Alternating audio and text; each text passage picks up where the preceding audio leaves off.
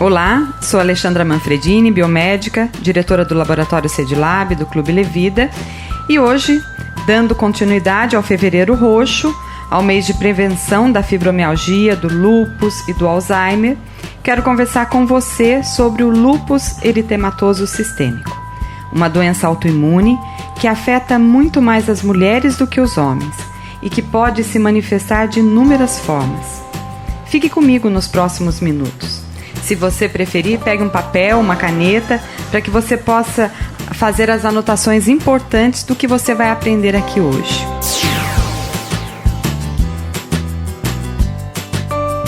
Para a gente começar, eu estou com um convidado, dando continuidade, ele já esteve comigo aqui no podcast passado, que se você perdeu, vai lá, acessa fibromialgia, que foi o assunto da semana passada. Acessa lá que você vai ter muita informação também. Com o Dr. Lucas Merfa, que é reumatologista, proprietário da clínica Dr. Now, em Pindamonhangaba. Então estamos aqui, Dr. Lucas, muito obrigada pela sua participação novamente. E vamos falar um pouquinho sobre o lúpus, né? Essa doença que é até comum a gente ver algumas pessoas desenvolvendo lúpus. Então a gente entender um pouquinho, né, o que é uma doença autoimune, por que ela surge no nosso organismo, quais são os sinais, quais são os sintomas, como que nós podemos identificar a doença, se há tratamento ou não, se há prevenção e como conviver com ela no dia a dia. Obrigado mais uma vez pelo convite, é um prazer estar aqui sempre, né? O lúpus, como você falou, é uma doença autoimune, né? Então, o que seria isso? O nosso corpo ele está preparado para combater várias infecções, várias coisas estranhas ao nosso organismo que às vezes entra ou pela via respiratória, por um machucado, pela pele, né? E que pode causar doenças no nosso corpo. E o nosso sistema imune tem que dar conta do recado, tem que identificar essas coisas estranhas ao corpo e eliminá-las de forma não prejudicial para a gente, né? Uma das formas do organismo identificar essas substâncias estranhas e tentar eliminá-las é através da produção de anticorpos. Então são substânciazinhas pequenininhas que vão lá, estão circulando no sangue e quando encontra alguma coisa estranha que não é do próprio organismo, cola nessa coisinha. Então cola um monte de anticorpos e fica mais fácil para as células de defesa identificar e matar ou eliminar o que quer que tenha adentrado o organismo, né? Nas doenças autoimunes, as células que produzem os anticorpos acabam produzindo anticorpos, digamos, errados. Então tem um defeitozinho e uma parte desses anticorpos é produzida de forma errada, de forma que eles acabam por reconhecer partes do próprio organismo como coisas infecciosas, coisas estranhas ao corpo. Se ligam nesses tecidos orgânicos e as células de defesa do corpo vão lá e tenta eliminar aquilo como se fosse uma doença, e muitas vezes é um tecido normal. É como se ele fosse por engano, né? Exatamente, é um engano. Ele vai se defender como uma gripe, né? Uma gripe vai acontecer isso. Você tem uma gripe, o organismo vai se defender produzindo anticorpos, mas ele vai matar o vírus, certo? Isso. E nesse caso das doenças autoimunes, ele acaba destruindo tecidos normais nossos, né? Células normais, muitas vezes que produzem algum hormônio, que produzem alguma substância e que são saudáveis. Ele se engana, né? Alguma coisa nesse sentido. Isso, então o mecanismo que sinaliza para o corpo o que está de errado, ele se engana e sinaliza tecidos normais como doença. É exatamente isso. Muito bem. E no caso do lúpus, quais os sintomas, né? Como é que a pessoa, o que ela sente que ela pode identificar, né? Você que está nos ouvindo, fica atenta a esses sinais, porque às vezes são sinais comuns do dia a dia e que a gente não percebe que pode ser lúpus, não é? Então, quais seriam esses sinais? Bom, o lúpus a gente fala que é uma doença bem heterogênea, né? Então tem uma gama enorme de sintomas que podem ocorrer e em cada paciente ele pode ser bastante diferente. Às vezes até nem dá para reconhecer como a mesma doença se a gente não estiver atento, né? De uma maneira geral, quando a gente tem esse monte de anticorpos que a gente chama de autoanticorpos, anticorpos contra o nosso próprio organismo, em produção, causando inflamação nos tecidos normais, então a gente tem um estado no organismo que a gente chama de pró-inflamatório, né? Então o nosso organismo está inflamado, o nosso corpo está o tempo inteiro tentando combater uma coisa que não era para estar combatendo, né? Então sempre que a gente tem essa situação de muita inflamação no corpo, a gente pode ter fadiga, perda de peso, febre, dores, tanto articulares quanto musculares, qualquer tipo de dor, né? Especificamente para o lúpus, o que é bastante comum, mas não é obrigatório, né? Então, lesões de pele é bastante comum, principalmente o rash malar, é uma mancha que aparece no rosto, lembra asas de borboleta, porque ela dá praticamente simétrica, né, nos dois lados da face. Lúpus discoide são manchas vermelhas, às vezes como feridas mesmo na pele, em qualquer parte do corpo pode acontecer, né? Às vezes no couro cabeludo faz uma mancha no couro cabeludo e cai todo o cabelo em cima dessa mancha, né? É um negócio bastante incômodo. Dores articulares são frequentes, com artrite ou não, ou seja, a junta que está doendo ela pode ficar inchada e vermelha ou não, ela pode só estar doendo e aparentemente não tem nada de errado a olho nu, né? Há uma perda de força também ou não? A pessoa chega a referir que ela vai pegar algum objeto e não tem força na mão ou não está relacionado? Pode haver sim pela dor, né? Então às vezes você vai pegar alguma coisa, dói e você não consegue, a sensação de que você está perdendo força, né? Em casos mais avançados de lúpus que pega sistema nervoso central e às vezes nervos periféricos, isso pode ser real, né? Uma perda de força real, porque o nervo que faz o movimento e coordena a força muscular não está funcionando. Pode acontecer também, né? É mais comum, tem alguma raça mais comum, as pessoas negras ou os brancos? Tem alguma diferenciação entre raça também? Sim, com certeza. Os negros é a raça mais afetada, né? Mas assim, latino-americanos, descendentes dos indígenas também são bastante afetados, né? Mais em mulheres também, como no caso da fibromialgia que a gente discutiu no outro podcast. Nós estamos bem, né? As mulheres nesse ranking, nesse ranking nós estamos ganhando, né? Infelizmente. Geralmente vocês aguentam mais o tranco. Vendo os meus pacientes, a mulher aguenta mais o tranco. É verdade, isso eu concordo. É verdade mesmo. Bom, e dentro de todos esses sinais, né?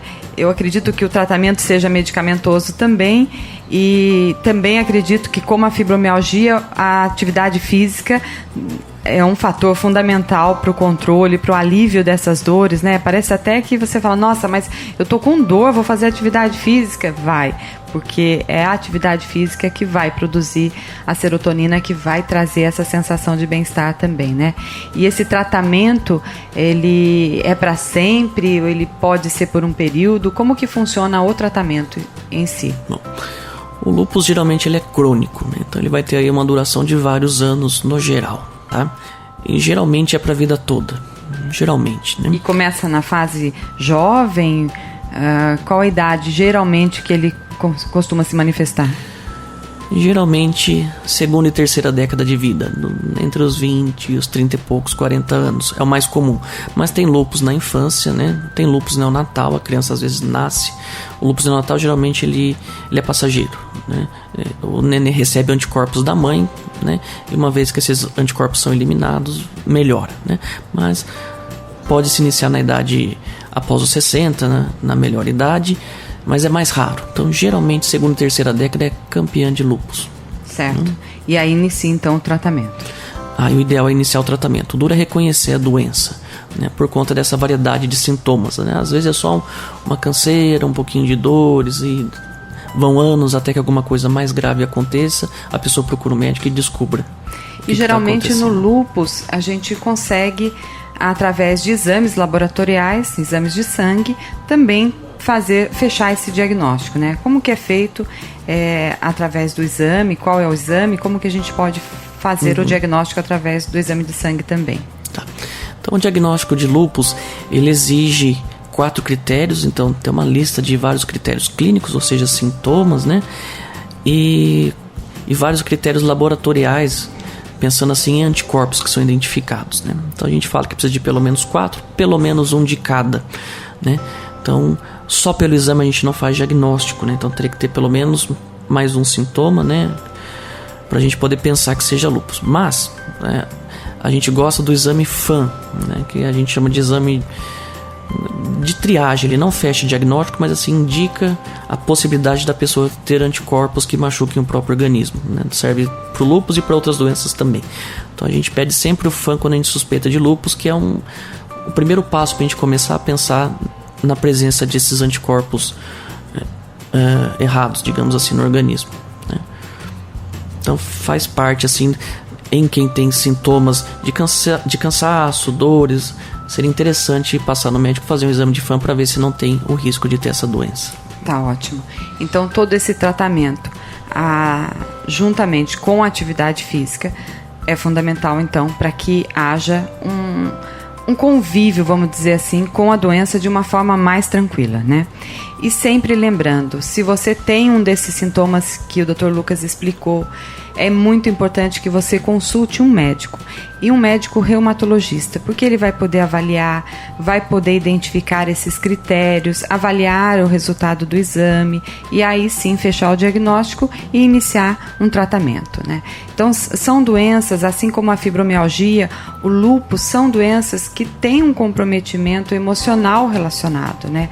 Então nós precisamos refletir sobre isso, até que ponto o estilo de vida que eu tenho levado, ele está propiciando ou facilitando o desenvolvimento de algumas doenças. Tem doenças que somos nós que desenvolvemos. Infelizmente essa é uma verdade, né? Assim como o diabetes tipo 2, ele é desenvolvido através de hábitos não tão saudáveis que nós temos.